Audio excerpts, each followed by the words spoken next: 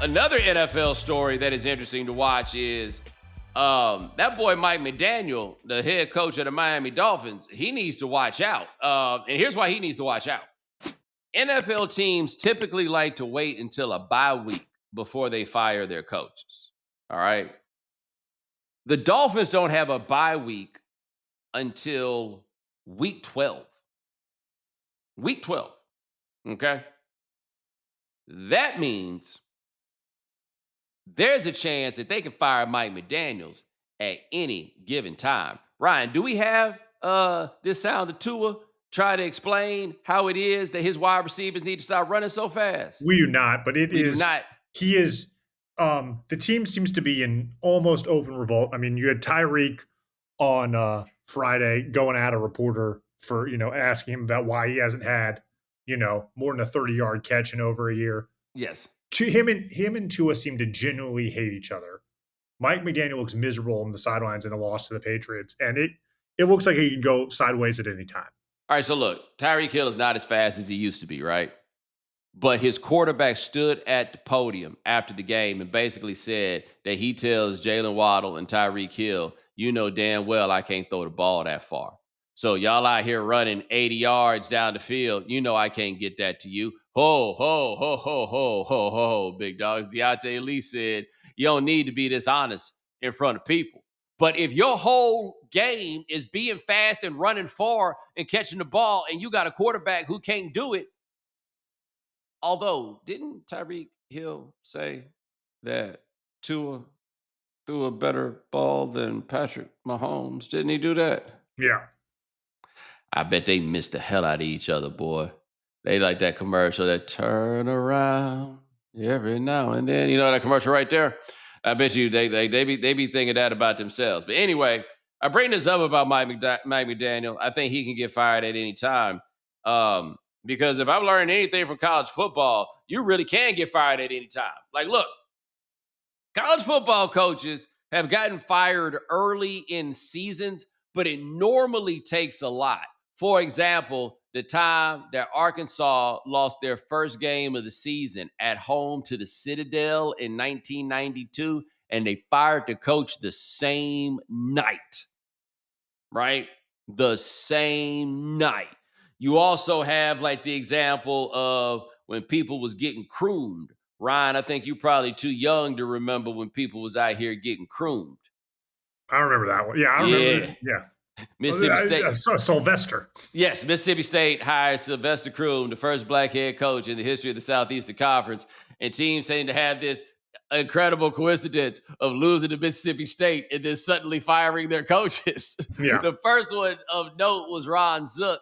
And Jeremy Foley, the AD of Florida, gave the all-time classic line, that which will be done eventually must be done immediately. And he was right. But Zook, for whatever it's worth, stuck around the rest of the year. They hired Urban Meyer. They won a couple of national championships, all this stuff. Hey, man, Virginia Tech lost to Old Dominion, which is an absolutely indefensible loss. They fired their coach 3 weeks into the season. UCLA is not just that they lost to New Mexico. They lost to New Mexico, and it looked like 15 people were at the game. All right. And so Deshaun Foster's the head coach. He just got fired, and it was never going to go too well for him in the first place because Chip Kelly moved on from that job in like February of that year because he realized it was time to get out ahead of the cavalry. And I think he just decided he didn't want to be a head coach anymore. He just wanted to call plays. He left to be like, I don't remember if I've ever seen a head coach leave of their own volition to be an OC. Yes. It was like, that's how miserable he was there. He didn't want to do that. So then you get the job late. UCLA as a program doesn't have any money, which certainly tells me that in terms of getting players, they don't have any money. But they didn't just lose to New Mexico. They got their asses kicked by New Mexico, right? Like that's a loss that gets you fired. And Virginia Tech lost to Old Dominion. That's right. It was Dabo that lost to Georgia Tech. My bad. I almost got it mixed up. But anyway, they getting them out of here faster than ever, right? Now, one thing about it is you get your coach out of there, the transfer portal, if I'm not mistaken, opens up for 30 days immediately after that. So teams are going to try to stretch it out as long as they can. But one of the fascinating things about college football to me is that what is different for every single team. What is tolerable, what is intolerable, all of these things. None of it is the same from school to school, right? Caleb DeBoer, good job. Alabama beat the brakes off of Wisconsin this week. Doesn't matter, buddy. You might as well have done that to Jacksonville State. They got a different standard over there, right? Billy Napier right now is lucky, coach at Florida, where he's under 500 going into year 4 of this job. And that's not a job where you get to have a losing record and typically, or have a record like he does and typically get this far. For me, Charlie Strong is the great example of that, where I thought he was handed that job in a really bad time. Like, he got handed a bare cupboard, but no excuses are ever going to allow you to have 2 straight losing seasons at the University of Texas. It's not happening. You're going to get fired, period. Yeah, speaking of Florida, they still have to play Georgia, Texas, Miami, and Florida State. Yeah. It's for Napier. It's not if, but it's when. Right. It's not going to get better. But think about this, right? When I talk about like how quirky it can be about keeping your job or losing your job. They lost that game to South Florida, right? After South Florida started the season beating Boise State, they lost a close one to South Florida, okay? South Florida was ranked number 18 going into last week's game and then played Miami and got their doors blown off. If South Florida had lost to Miami and then lost to Florida, I think Billy Napier gets fired. Instead, Billy Napier simply took Florida to Death Valley at LSU and lost by 10 points in a game where their quarterback threw 5 interceptions. And that is a survivable loss, right? It's still LSU, right? People still think very, very highly of them. That remained a survivable loss. And so he could wind up keeping his job. I am still, though, just simply blown away that the stakes of college football have gotten so high that Virginia Tech can't just ride this out a little bit long. Like, with all due respect, who do y'all think y'all are? I understand that Virginia Tech has had a great deal of success a long time ago. Right. Okay. They might as well be Army at this point. 4 Horsemen of the Apocalypse. You know what I'm saying? Like, that was a long time ago, but that's what this has become. UCLA, look, you wind up in this situation, especially when people stop showing up to the games, especially at a school that needs the money. When people stop showing up to the games, you got to do that if you're UCLA. I just don't see what this is actually going to help at this point. Like, do you think now that they fired the coach, all of a sudden these boys that could not beat New Mexico, you think all of a sudden they're going to become a Big Ten capable school? Because they might not win a game. I'll run the rest of this schedule by you. They got a game this week at Northwestern.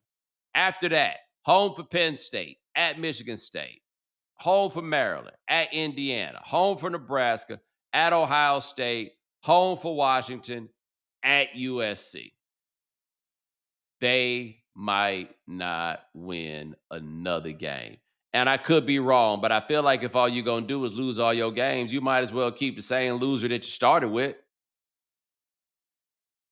Right?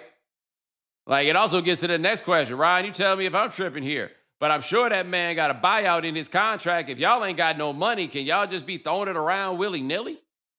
I don't know how you win in a major conference at UCLA. I don't know. The interesting thing about college football, like you said, is every school is a different standard and every school has to figure out who you want to be. How is UCLA ever going to compete with Oregon and Ohio State and Michigan and Nebraska? You didn't even say USC. And I didn't even get to USC across the street. Like, my thing is, they are going to regret this decision to go to the Big Ten so much. And I understand. I guess they're not going to regret it because it was the only option, right? Like, this was the decision that was required for survival. And as a university, like, on an academic level, being part of the Big Ten, that's the conference that means something in terms of academic reputation, right? I get that all the way. But you're just not going to tell me that this is going to be any fun for them. Like, everything that's changing in college sports, it's making it all less fun. It's making it a lot more serious. It's making it a lot more professional. Now, I want to be very clear about this. I have always been a proponent of paying the players. I am glad that they are finally getting money that is in line with the market wage that they swore to us for decades that nobody would ever pay, or that the market would never bear out, and that they weren't actually worth any money. And we have obviously seen that they are worth this money. But I And have it would run off all the fans who somehow would stop watching on television. correct, correct, right? Every argument they gave is none of them hold. The part that we didn't say loud enough, and I can say I did say this in spite of what my belief is that they should get paid, right? This is not fun.